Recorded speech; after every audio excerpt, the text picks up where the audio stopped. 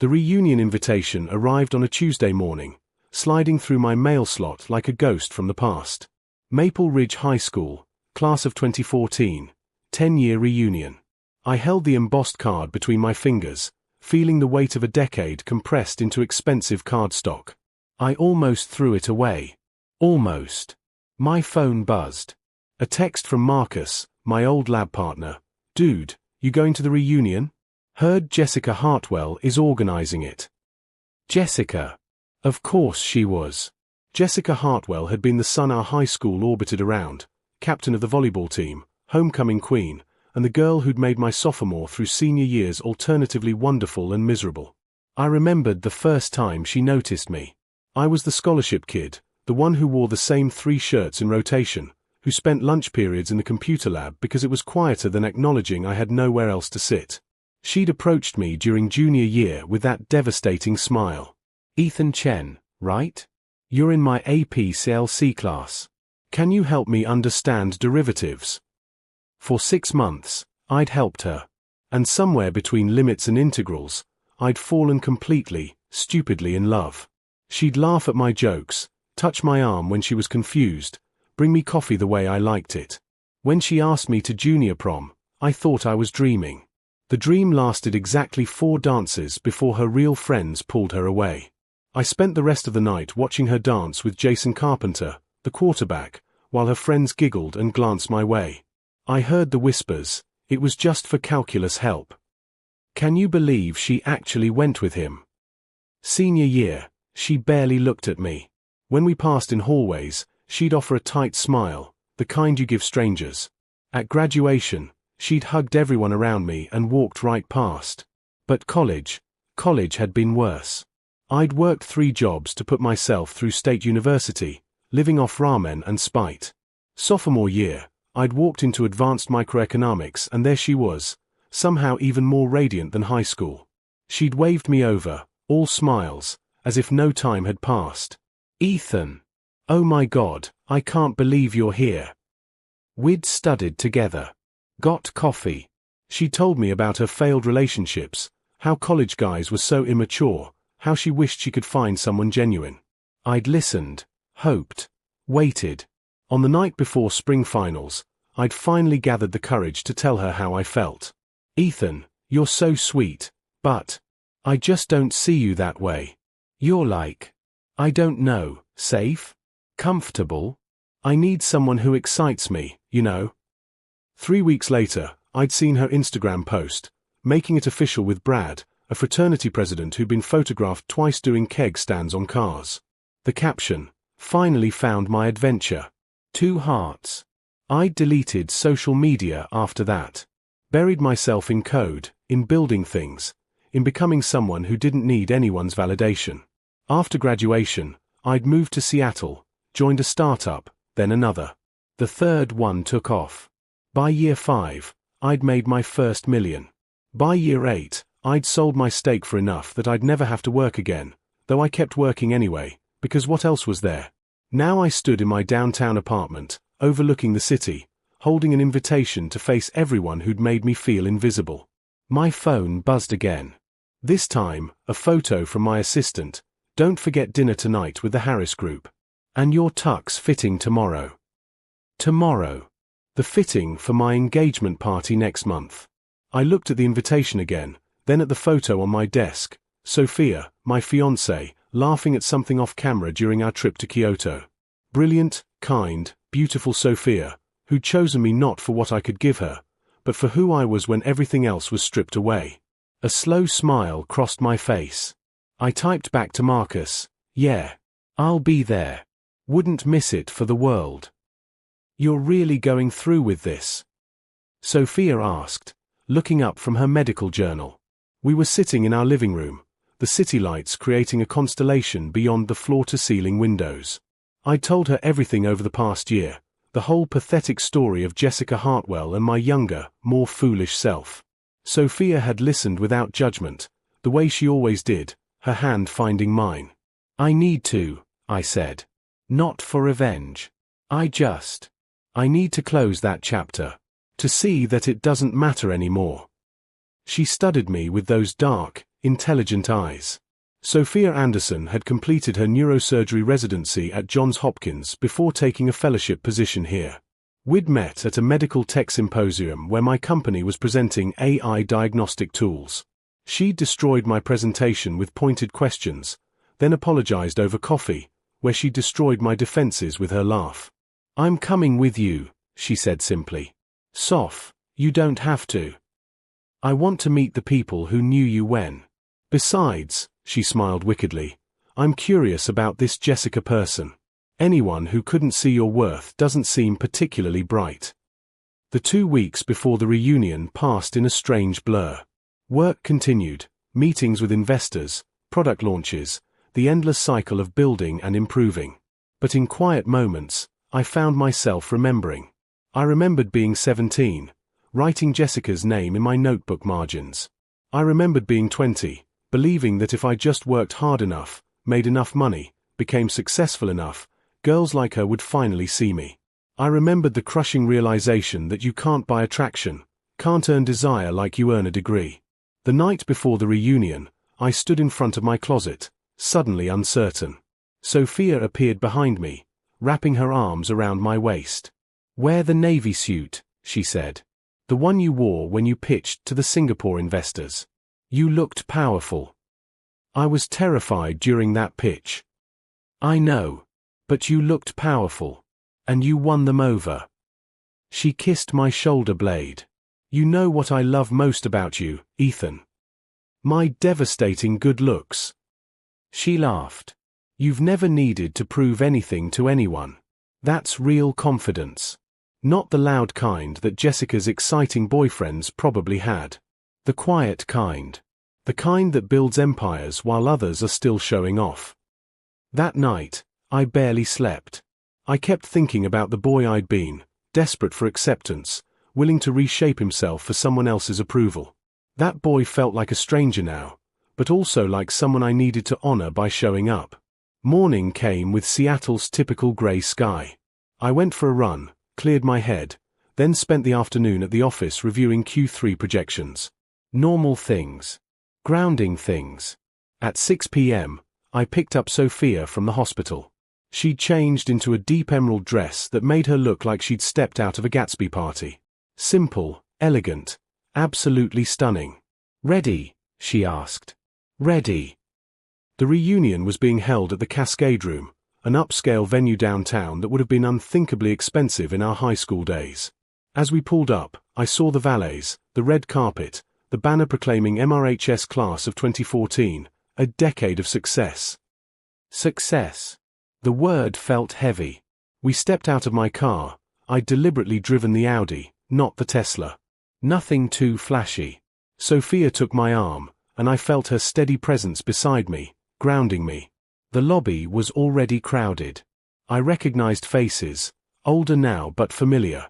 There was Marcus, who'd put on happy weight, hugging me with genuine warmth. Sarah Chen, who'd been my academic decathlon partner, now apparently a patent attorney.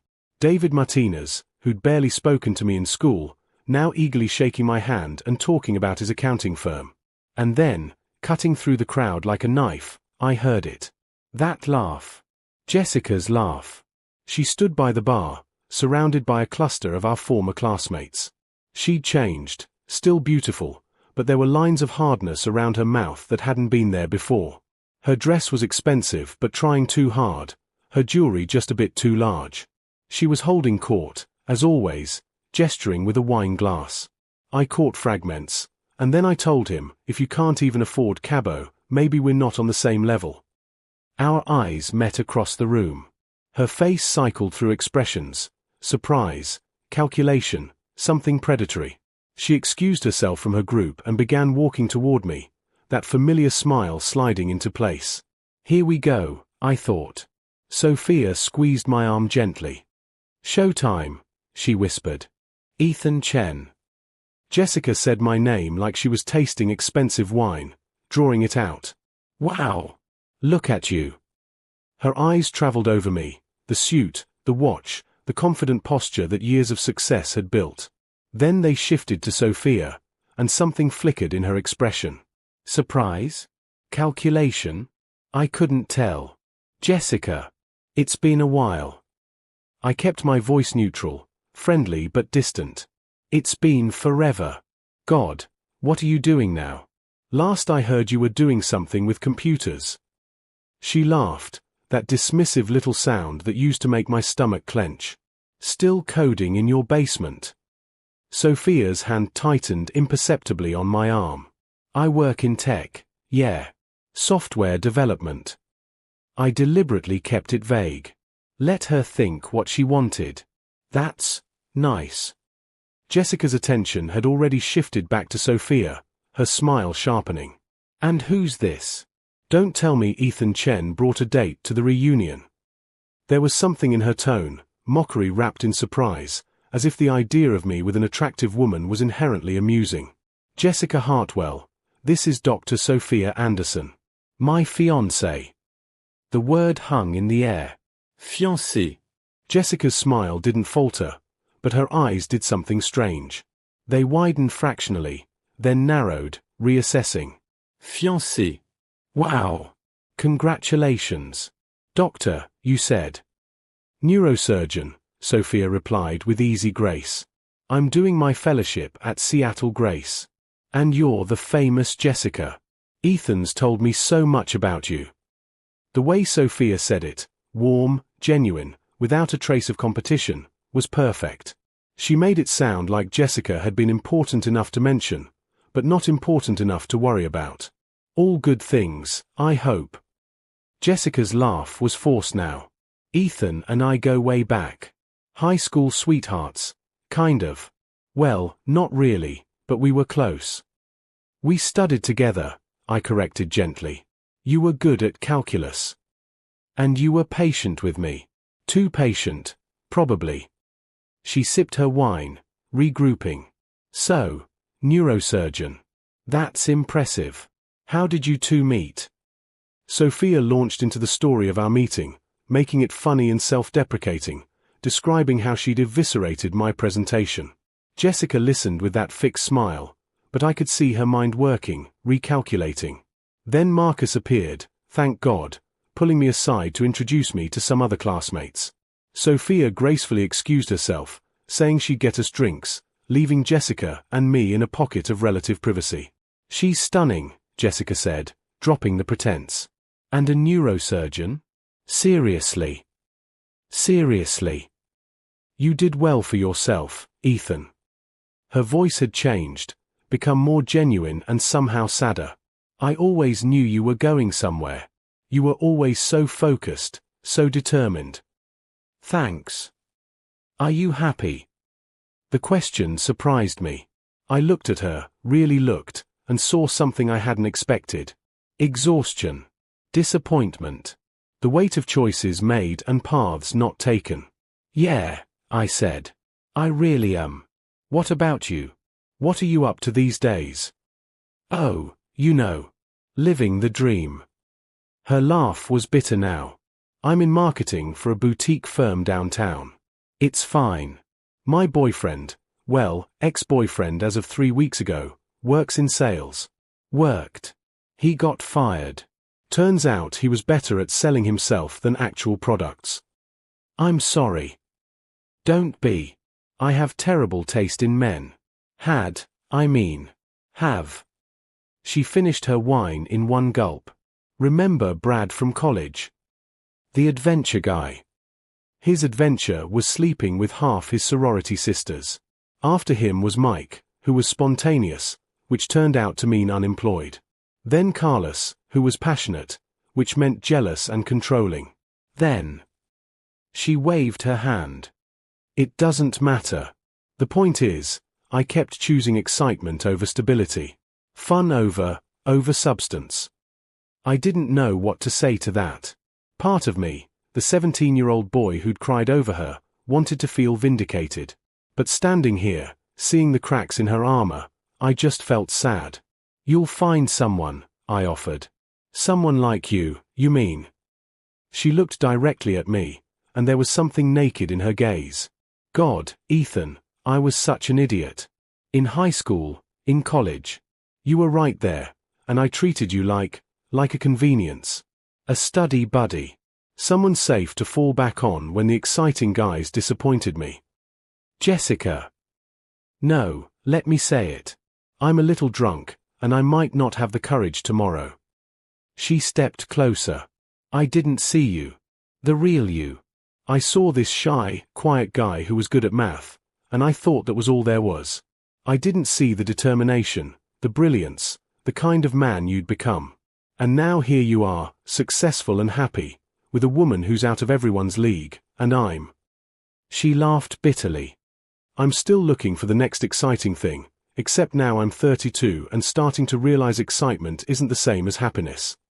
Sophia appeared at my elbow, 2 glasses of wine in hand. She'd clearly heard at least part of Jessica's speech because her expression was carefully neutral. Am I interrupting? She asked quietly. No, Jessica and I said simultaneously. Jessica straightened, smoothing her dress, rebuilding her armor. Actually, I should get back. It was really good to see you, Ethan. Truly. And Dr. Anderson, you're a lucky woman.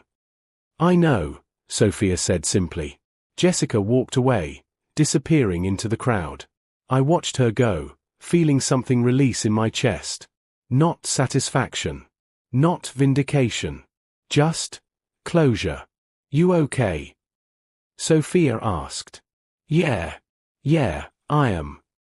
She handed me the wine. She's not wrong, you know. About me being lucky. Soft. But she's also not entirely right.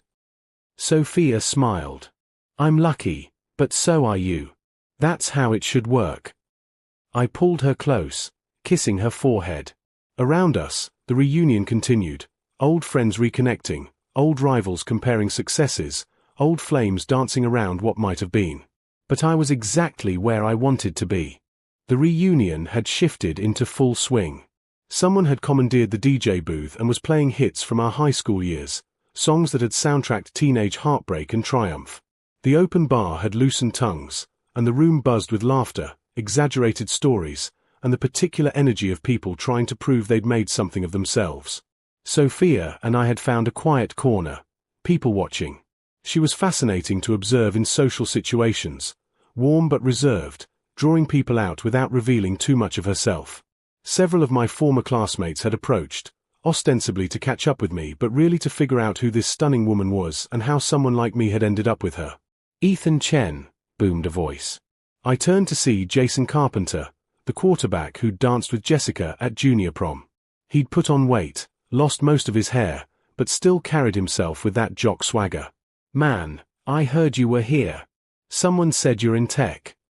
Something like that, I replied. That's awesome, dude. I'm in pharmaceutical sales. Crushing it. Just bought a boat. He looked at Sophia with obvious appreciation. And who's this lovely lady?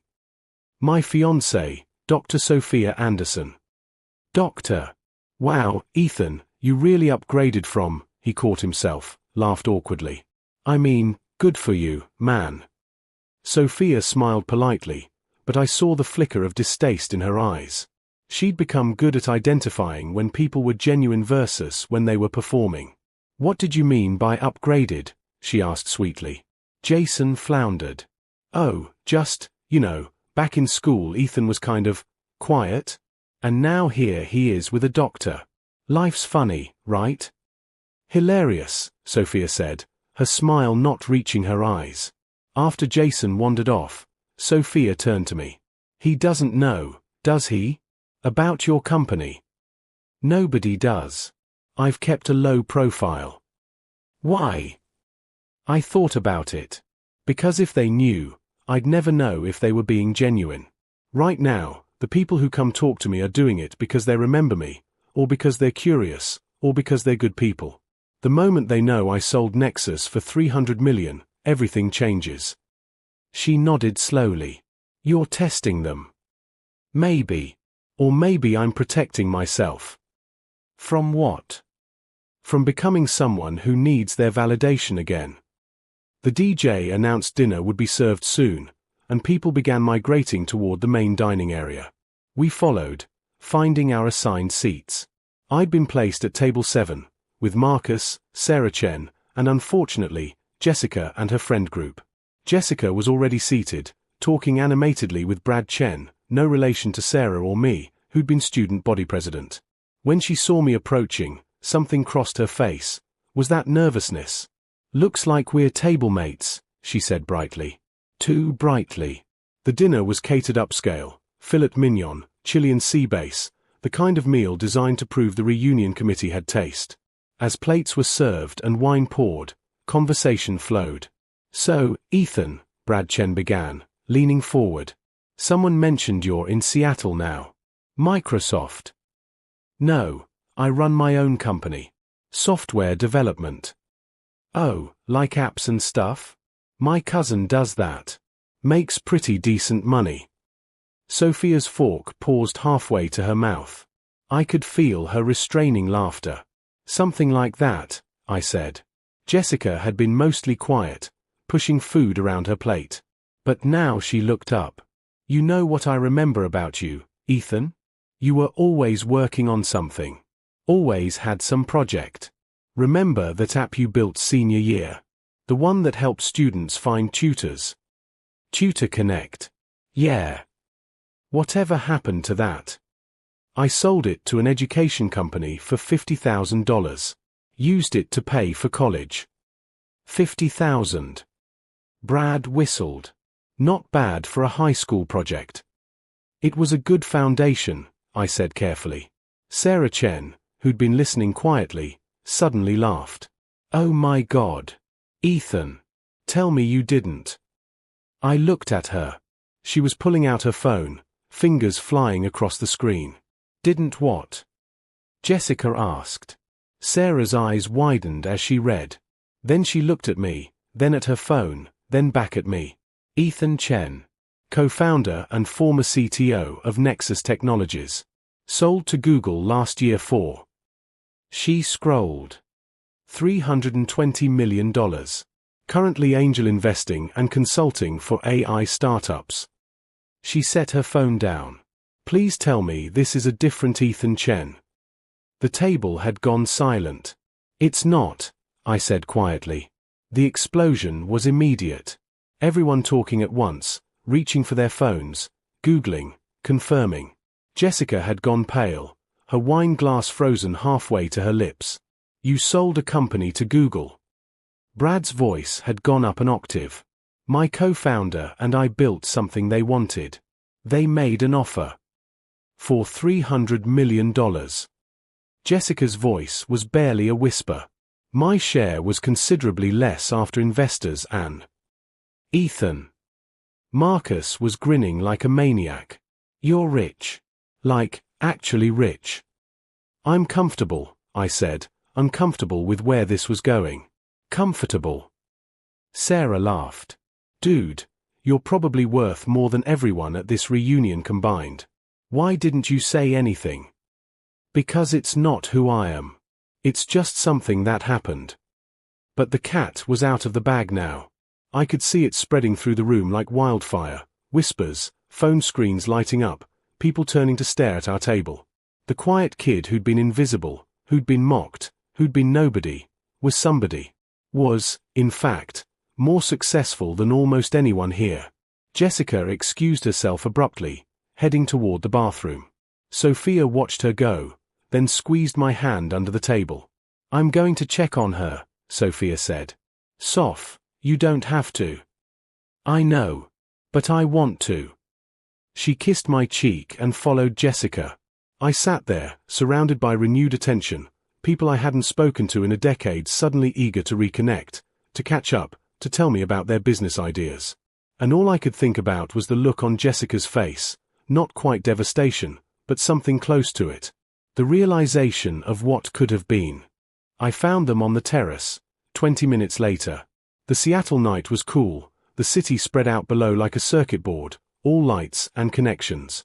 Sophia and Jessica stood by the railing, and I caught the tail end of their conversation.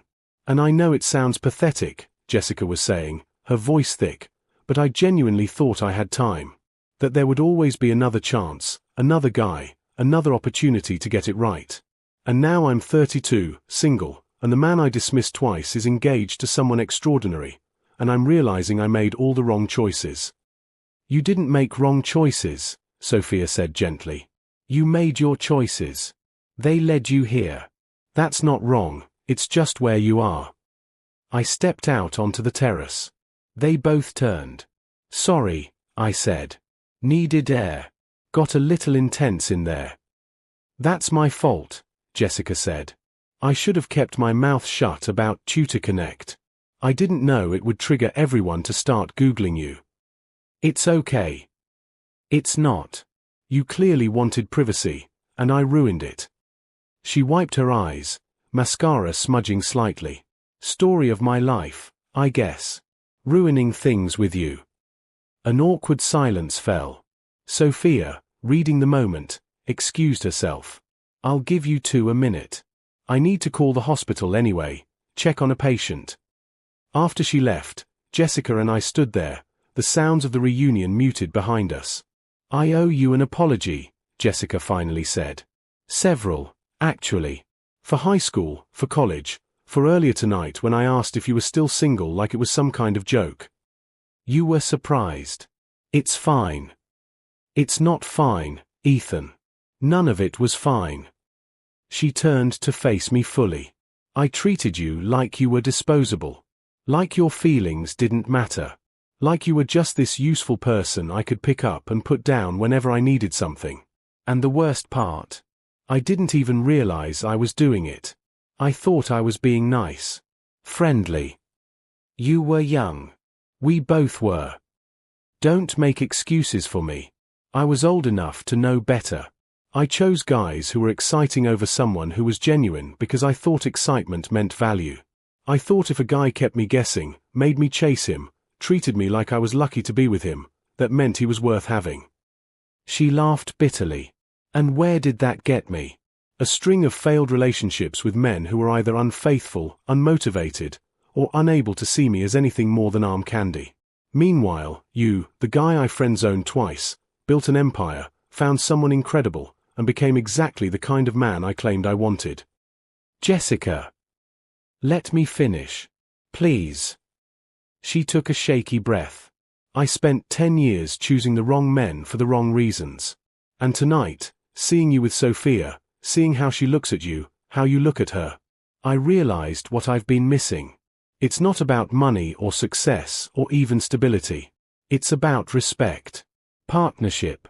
Choosing someone who chooses you back, every single day." Tears were streaming down her face now. "And I'm happy for you. I genuinely am. You deserve everything you have. But I'm also heartbroken, because I had a chance to be part of your story, and I threw it away. Twice." I didn't know what to say. Part of me, that younger version who'd loved her desperately, wanted to comfort her, to tell her it was okay. But I wasn't that person anymore. "Jessica, you can't build a life on regret," I said finally. "Trust me, I know. I spent years angry about how you treated me. Years thinking that if I just became successful enough, made enough money, you'd realize what you missed. But that's a poison. It turned every achievement into something hollow because I was doing it for the wrong reasons." "When did that change?" "When I met Sophia. She didn't care about Nexus or my bank account. When we met, she had no idea who I was professionally. She fell for me because of who I am, the guy who makes terrible puns, who stress bakes at 3 a.m., who cries during animated movies. The real me, not the successful version I'd built as armor." Jessica nodded slowly. "She's perfect for you." "She is. But not because she's perfect. She's not, and neither am I. She's perfect for me because we choose each other. Every day. Even on the hard days." "I want that," Jessica whispered. "God, I want that so badly." "Then you need to do the work. Real work. Figure out why you keep choosing men who don't value you. Stop looking for excitement and start looking for partnership. And most importantly, stop measuring your worth by whether you have someone. You're smart, Jessica. Ambitious. Capable. Build a life you're proud of first. The right person will fit into that life, not define it." She smiled through her tears. When did you get so wise? Expensive therapy and a lot of mistakes. We stood there for a moment, the weight of a decade of history finally lifting. I really am sorry, she said. For all of it. I forgive you. I forgave you a long time ago, actually. I just needed to forgive myself for caring so much. Can I ask you something? If things had been different, if I'd said yes in college, or if I'd seen you clearly in high school, do you think we would have worked? I thought about it honestly. No. I don't think so. We wanted different things. We were different people. And I think, in some ways, I was in love with the idea of you more than the reality. You represented acceptance, validation, everything I didn't think I deserved. But that's not love. That's insecurity dressed up as romance. And with Sophia, it's different. She challenges me, frustrates me sometimes, makes me want to be better, not to win her approval, but because she makes me want to be the best version of myself. She sees all of me, the good, the bad, the insecure kid who still surfaces sometimes, and she stays. That's love.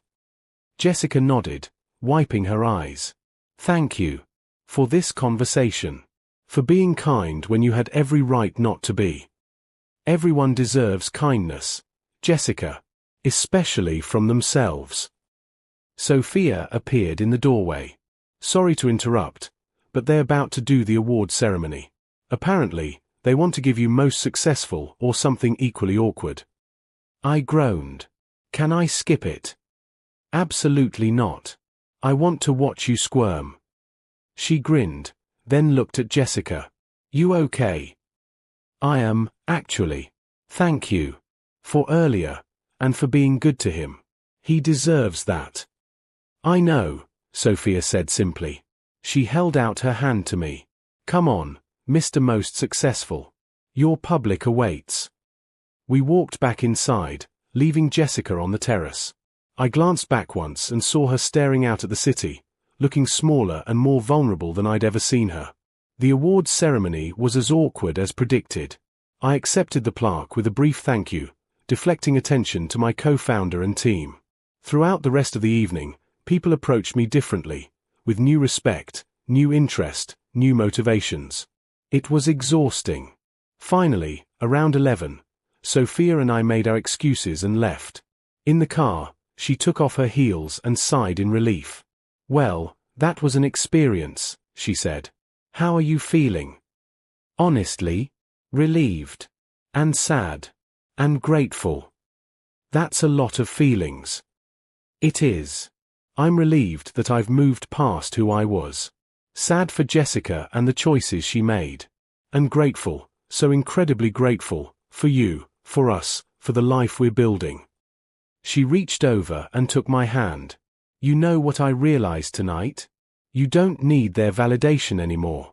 You don't need Jessica to realize she made a mistake, or Jason to respect you, or anyone to acknowledge what you've accomplished. You've already won, Ethan. You won the moment you stopped playing their game. I pulled over to the side of the road and kissed her, deeply, gratefully, completely. Marry me, I said when we broke apart. She laughed. You already asked me that. 4 months ago. I said yes, remember?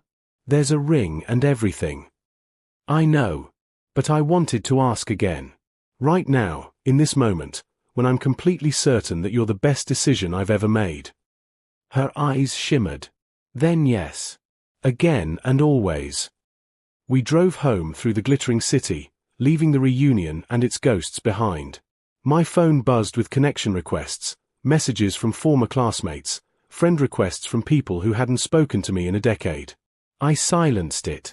None of it mattered. What mattered was Sophia's hand in mine. The life we were building. The choices we made every day to be partners, equals, lovers, friends. Jessica had been right about one thing. I had become the man everyone wanted. But more importantly, I'd become the man I wanted to be. Not for revenge, not for validation, but because I'd finally learned the only approval I needed was my own. 3 months later, Sophia and I got married in a small ceremony overlooking Puget Sound. Marcus was my best man. Sarah Chen came with her wife. Even Jessica sent a card, a tasteful congratulations with no return address, just a simple note: "Thank you for teaching me what I should have learned years ago. Be happy." I am. And somewhere in Seattle, I hope Jessica found her own happiness too, not the exciting kind, but the real kind. The kind that comes from choosing yourself first, and then choosing someone who chooses you back. That's the kind of love that lasts. That's the kind of success that matters. And that's the kind of ending everyone deserves.